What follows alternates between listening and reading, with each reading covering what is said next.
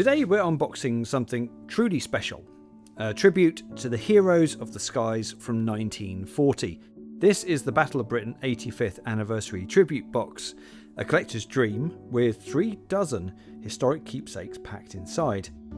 Limited to just 1940 worldwide, let's take a look at what you can get for just $49.99. Okay, so first up we have an authentic 1940 coin, a real keepsake from the year of the battle. Now, just imagine where this might have been during the war, or the hands it may have passed through. So next up, we have a specially designed Spitfire keyring, a symbol of speed, strength and sacrifice. And I'm a big fan of this, because you can actually see that it's got a really lovely 3D design to it. Here we have a beautifully enamelled Battle of Britain mug. Now I think this might be one of my favourite items in the whole box. So of course you can toast to the memory of the pilots and proudly display the 85th anniversary design.